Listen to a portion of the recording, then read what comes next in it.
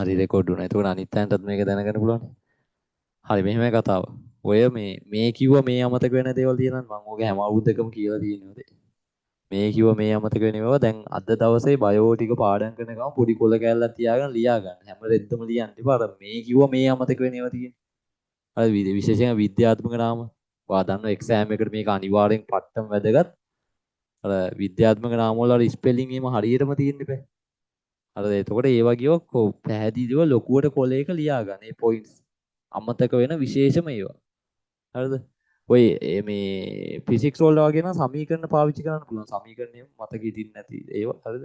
වැදගත් පොයින්ට්ස් අනම්මනම් අර විශේෂයෙන් ෆිසික්ස් වල වාට පුළුවන් මේ මම නම් ඉස්සර කරා. ඒ කියන්නේ ඔය සමානක් ඒවා තියෙනවා අනිවාර්යෙන් සුළු කරලා ගන්න ඒවා.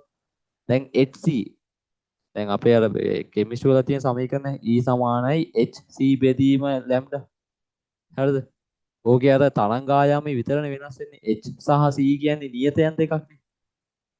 හරිද? ඕකේ අගයන් හැම අවුරුද්දකම වගේ පේපරේ සාමාන්‍යයෙන් දල අගයක් දෙන්නේ. හැම අවුරුද්දකම එකම අගයක් වගේ දෙන්නේ. උඹ ඒක වේලස් වලින් වැඩි කරගෙන ඵලයක්. HC එවලේ වැඩි කරන්න ඕනේ නෑනේ බං. ඒක වැඩි කරපු වගේ උඹ දන්නවා නම් ඒ වැඩි කරපු වගේ උඹ පාඩම් කරගෙන ඵලයක්. ඒවා තමයි අර කොලවල ලියාගන්න විශේෂයෙන්. අර පොඩි කොලේ ලියලා තියාගන්නවා. හරිද? ඒක එක්සෑම් එකට කලින් තමයි කරන්නේ. ඒ කොලේ ලියලා තියාගන්න. ඊට පස්සේ දැන් එක්සෑම් එකට උදේ යනකොට ටක් ගාලා අර කොලේ මේසෙන් අරගෙන යන්න. සාක්කුවේ දාගෙන යන්න. හරිද? ඔබ විභාග ශාලාවට ගිහිල්ලා, ඒ කියන්නේ විභාග ශාලාවට එකපාරට ඇතුල් වෙන්නේ නැහනේ. හරිද? එළියේ ඉඳලා යාළුවෙක් එක්ක කයිය ගහන්නේ නැහැ.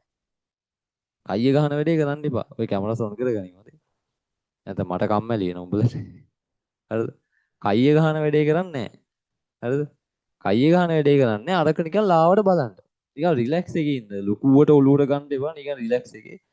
අර පොඩ පන්සලක් එහෙම තියෙනවනේ ඉස්කෝලේ පන්සල් වෙලා හිටපන්. ඒක තමයි හොඳම වැඩේ. හරි පන්සල් වෙලා ඇත්තටම මේ භාවනාව යෝගිය භාවනා කරන ළමයි භාවනා කරලා හරි මෛත්‍රී භාවනාව කරන්න මම උගන්වපු ළමයි. මෛත්‍රී භාවනා කරන කටි මෛත්‍රී භාවනාව කරලා එහෙම අර රිලැක්ස් එකේ නේ රිලැක්ස් ඉන්න ගම අරක නිකන් ඔහේ බලන්න නිකන් ආතලෙකට බලාගෙන විභාග ශාලාවට ඇතුල් වෙන්න දුන්න ගමන් මතක ඇතුව ඒක විසික් කරලා ඵලයන් විසික් කළව තමන්ගේ බෑග් එකට දාලා ඵලයන් විභාග ශාලාව ඇතුළට නම් අරන් යන්න එපා ඉවරයි. හරිද?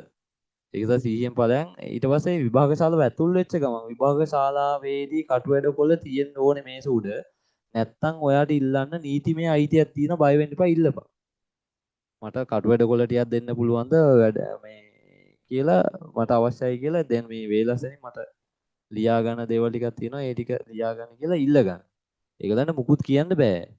වාගා මුකුත් නැහැනේ කියන්න වාගා මුකුත් නැහැ. වාගේ ඔළුවේ තියෙන දේ තමයි ඔයා ලියා ගන්න අමතක වෙනකන්. හරිද? මතක ඇතුව අර කටුවැඩ කොලේ කොනේ සාමාන්‍ය ඒගොල්ලෝ සයින් එකක් දානවා. බලපන් එහෙම මොකක් හරි දාලා තියෙනවද කියලා දාලා නැත්නම් ඒගලන්ට කතා කරලා අහන්න අර බලන් ඉන්නේ. අවුල බලන් ඉන්නවනේ එක්කෙනෙක්. ටීචර් කෙනෙක්. හරි සර් කෙනෙක් හරි.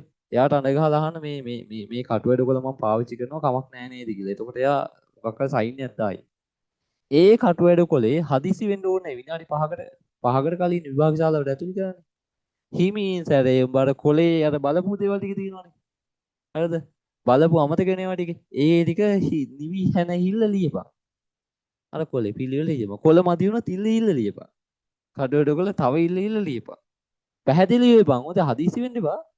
පැහැදිලිව ගාන්ට ලියන්න. හරිද? වැදගත් පොයින්ට්ස් ඔක්කොම ටික අමතක වෙනවා. ඔක්කොම ටික ලියපන් විනාඩි 5. අර වෙනේ මෙහෙම කැරකි කැරකි ඉන්න උඹ අරක ලියපන්. හරිද? විද්‍යාත්මක නාම අමතක වෙන ඔක්කොම ටික ලියපන්. ඕක ලිව්වට පස්සේ උඹට උඹ ගැන තියෙන බය නැති වෙනවා. හරිද? ඇයි අමතක වෙනේවා ටික බඩු තියෙන ළඟ? මුකුත් කියන්න බෑ විභාග ශාලාව කවුරු හරි සද්ද දාන්න આવත් කෙලින්ම කට ඇල මම බය නැතුව කියපන් මම කිසිම එකක් කොපි කරලා නැහැ. හරිද? මගේ ඔළුවේ තිබ්බ දේ මම ලිව්වා. අනිත් ටික ලිව්වේ ඕගොල්ලෝ දුන්න කොලවල. ඒක නීති විරෝධී නෑ. එහෙමම කියපන්. ඒක නීති විරෝධී නෑ. ඒක නීතියෙන් වළංගුයි. ඒක අරන් යන්න දෙන්න එහෙම දෙන්න එපා කතා කරපන්. හොඳේ ආයෙ නෑ ඉතින්. ගහපන් කනට දෙයක් හරි හොඳේ. එහෙම අරන් යන්න නැද. දීපන් පයින් පාරක් විසි වෙලා යන්න. අරන් යන්නද ඒ අරන් යනකොටම දීපන් පයින් පාරක් ලිස්ට් එකට එන්න හරිද? එහෙම අරන් යන්න දෙන්න එපා හොඳේ කතා කරපන් බය නැතුව හොඳේ. හරිද? ඒ නිසා ඒක නීතිමය වශයෙන් කොපි කිරීමක්. නීත්‍යානුකූල කොපි කිරීමක් ඒ හරිද? කිසිම අවුලක් නැතුව හරිද වැඩේ කරගන්න තියෙන්නේ.